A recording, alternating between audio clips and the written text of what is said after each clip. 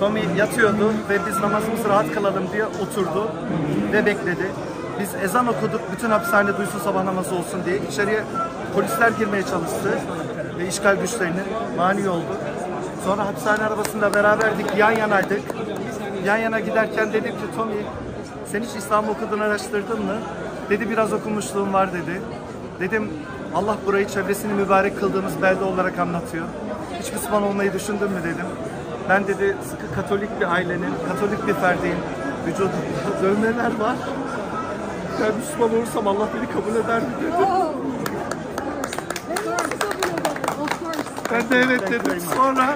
Sonra Tommy hapishane arabasının içinde ben söyledim, benim söylediğimi tekrar etti ve Müslüman oldu.